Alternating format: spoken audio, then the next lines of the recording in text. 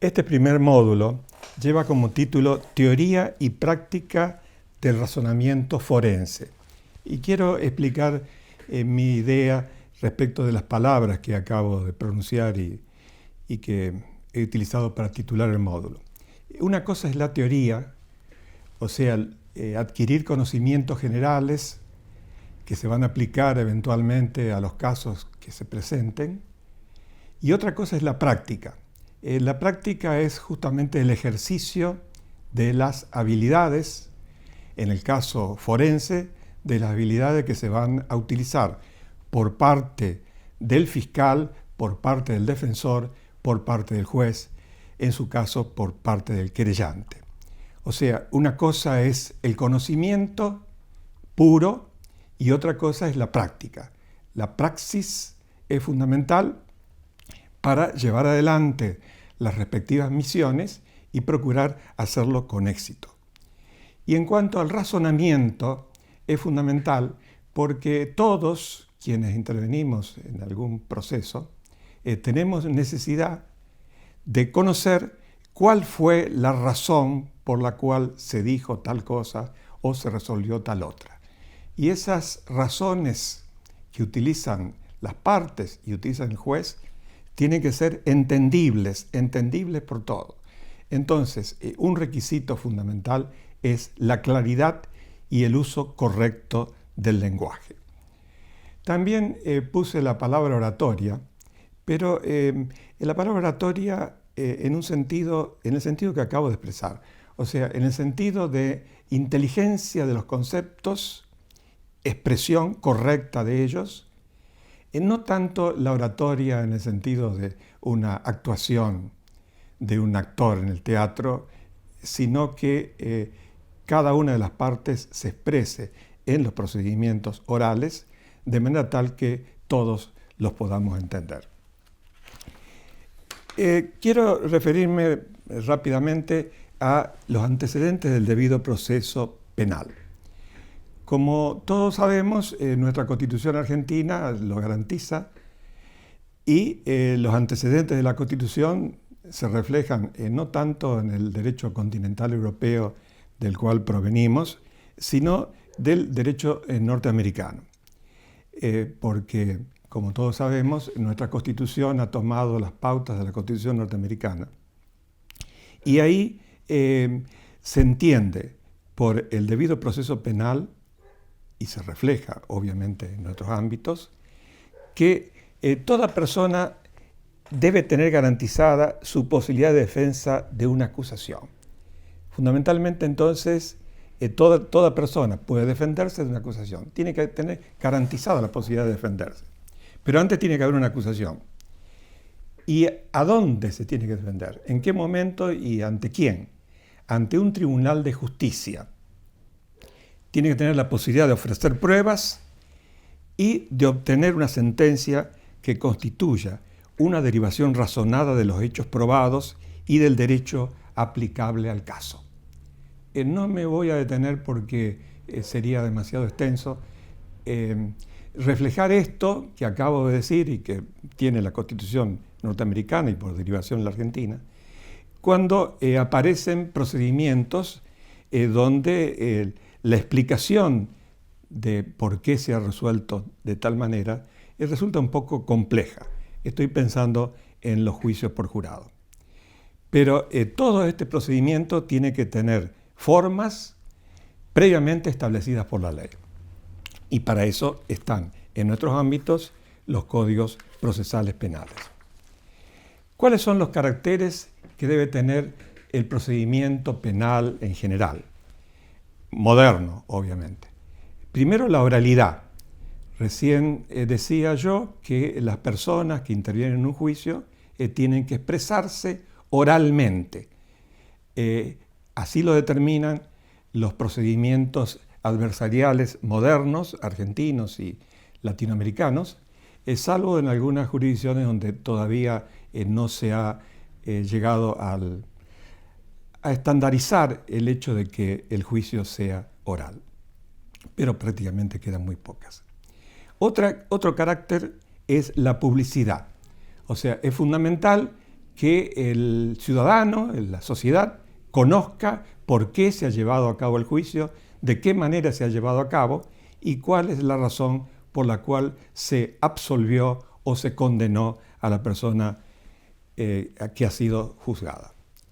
Otro carácter es la concentración, o sea, el hecho de tener las pautas fijas en un lugar de manera tal que se pueda llevar a cabo un procedimiento correcto. En este momento estoy pensando en las experiencias anteriores, por lo menos de mi jurisdicción, donde aparecían procesos que se llevaban a cabo durante años, nunca se resolvían y quedaban archivados en los estantes de los tribunales. Otra característica del procedimiento moderno es la contradicción. Siempre en todos los procesos hubo contradicción, pero la contradicción ahora se hace más notoria porque tiene que exponerse públicamente, oralmente y ante el tribunal. Otro carácter importante es la inmediatez, o sea, justamente esto de que no haya posibilidades de que interfiera alguien en el medio. Todo tiene que ser directo. Las declaraciones de los testigos, las declaraciones de los peritos, el ofrecimiento de la prueba documental, etc., todo tiene que ser llevado a cabo de manera inmediata. Otro carácter que ojalá se conserve y que se aspira a que esto se realice es la simplificación. O sea, ya los trámites no tienen que ser tan complejos, los trámites tienen que ser simples y las resoluciones tienen que tomarse de inmediato. Está vinculado obviamente a la celeridad que se persigue. Se persigue que la justicia sea realmente rápida y eficaz, sin dejar de lado la defensa de los intereses superiores de la Constitución. Voy ahora a referir rápidamente algunas características o algunas cuestiones vinculadas con el procedimiento acusatorio, que gira en torno de la competencia adversarial. O sea, este procedimiento promueve el enfrentamiento y aspira a que de esa confrontación se arroje mayor luz y mayor información sobre el caso a los efectos de una resolución correcta. Los abogados entonces utilizan los recursos legales, investigan los hechos, obviamente lo hace el fiscal, pero también lo tiene que hacer el defensor, detectan las debilidades de la contraparte y construyen su caso. Esto de construir el caso es fundamental porque cada uno de los que intervienen en un proceso tiene que saber qué es lo que está en juego, primero, obviamente, y después de qué manera plantearán sus pretensiones, ya sea de condena o de absolución. Así, en el juicio moderno, el trabajo de los profesionales y la tarea de los jueces es estimulante y atractivo. Sobre todo porque ya no es el hecho de llevar el asunto a las largas, con el procedimiento escrito, esto era normal, sino que los abogados tienen que plantear justamente las cuestiones que están buscando para debatir y para hacerles conocer al tribunal, y todo con un ritmo acelerado. O sea, no solamente en la búsqueda de las pruebas, el planteamiento de ellas en las audiencias, sino la forma en que van a explicar por qué creen ellos que la prueba que aportan es efectiva.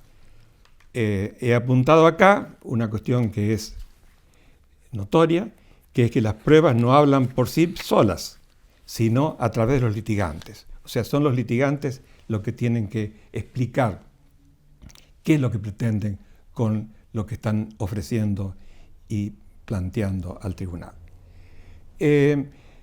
Fundamentalmente también es importante señalar la separación de los roles. Se trata de un juego, en cierta forma, pero de un juego justo, que está garantizado por el tribunal.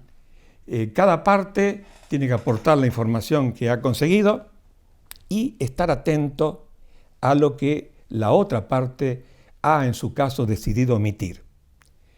La contraria pondrá de resalto todos los defectos de la información contenida en la prueba que su oponente ha propuesto y a través del contraexamen demostrar en su caso las objeciones que le merecen.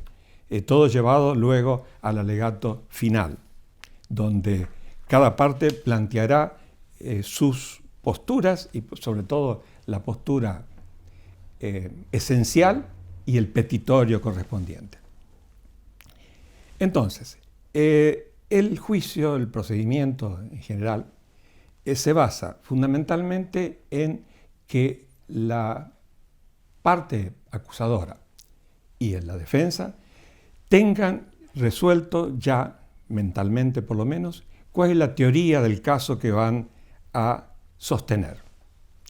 Y de eso deriva el desarrollo estratégico que van a utilizar. Todo con un respaldo ético y jurídico. Me voy a detener en estas palabras ético y jurídico, porque no son exactamente coincidentes. Una cosa es la ética y más allá de la ética, cuando las responsabilidades son de orden sancionatorio en su caso, empieza lo jurídico. Entonces, cada parte tiene que actuar, obviamente, con un sentido ético y un respaldo jurídico. Y utilizar la técnica adecuada en la narración de los hechos, en el sustento dogmático de la postura. Cuando hablo de sustento dogmático me estoy pensando en el conocimiento del derecho de fondo y del derecho procesal para utilizarlo justamente en el caso. Y tienen que, obviamente, si estamos hablando de la dogmática penal de fondo, se tiene que analizar todos los elementos de la teoría del delito. La conducta, la tipicidad, la antijuricidad, la culpabilidad y la punibilidad. Sobre todos estos aspectos, concretamente algunos de ellos, está el contrapunto que se va a plantear entre las partes. Ellas tienen que dedicarse no solamente a estudiar el caso, a elaborar el caso, a plantear una estrategia, sino fundamentalmente convencer al tribunal. Y a su vez el tribunal tiene que dictar la resolución de manera tal que sea comprensible, no solamente para las partes, obviamente, para el justiciable y también para la sociedad. Es importante que en los procedimientos modernos, antes de la iniciación del juicio, las partes cuentan con la información acerca de la prueba que todos van a utilizar. Este tema es importantísimo porque permite justamente compensar las falencias que alguno tenga y anticiparse a cómo van a plantear las cuestiones que se van a debatir en el proceso.